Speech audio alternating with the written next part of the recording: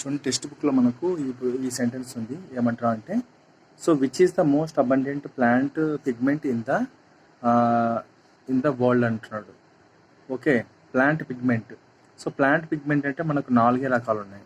ఒక plant pigment అంటే 4 రకాలు ఉన్నాయి. Chlorophyll A, chlorophyll B, xanthophylls, carotenoids అనమాట.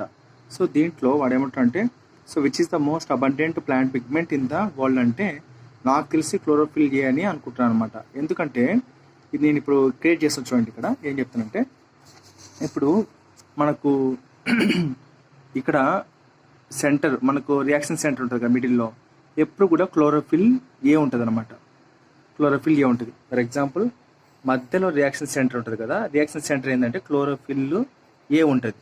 మళ్ళీ క్లోరోఫిల్ బి కూడా ఉంటుంది, సైడ్కి ఉంటుంది. కానీ అన్ని చోట్ల క్లోరోఫిల్ ఏ అనేది ఖచ్చితంగా ఉండి తీరాల. క్లోరోఫిల్ బి లేకపోయినా కూడా మనకు రియాక్షన్ జరుగుతుంది. సో కాబట్టి క్లోరోఫిల్ ఏ అనేది ఏమని చెప్పొచ్చు అంటే most abundant plant pigment in the world అని చెప్పొచ్చు అనమాట. క్లోరోఫిల్ ఏ ఖచ్చితంగా ఉండి తీరాలి 100%.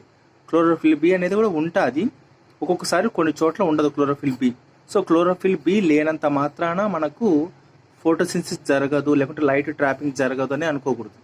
ఓకే, క్లోరోఫిల్ ఏ ప్రతి చోట ఖచ్చితంగా ఉండి తీరాలి. కాబట్టి దీనిని ఎక్కువగా most abundant plant pigment in the world అని చెప్పేసి అంటారు అన్నమాట. అది సో ఇది నాకు తెలిసిన సమాచారం వరకు. అంటే ఏంది అట్లా ఈ చుట్టూ మనకు ఉంటాయి కదా, ఇప్పుడు చూడండి చుట్టూ ఇది రియాక్షన్ సెంటర్ అనుకో, ఇక్కడ రియాక్షన్ సెంటర్ క్లోరోఫిల్ ఏ ఉంటుంది, చుట్టుపక్కల కూడా క్లోరోఫిల్ బి ఎక్కడో చోట ఉంటుంది అనమాట. ఓకే, దాని తర్వాత వేరేగా ఉంటాయి, ఏవి జాంథోఫిల్స్, కెరటినాయిడ్స్ ఉంటాయి. కానీ ఇది ఖచ్చితంగా ఉండాలా, ఇది ఉంటుంది కానీ లేకపోయినా కూడా దాని పనితీరు అయితే ఆగదనమాట, ఖచ్చితంగా జరిగిపోతుంది అట్లా.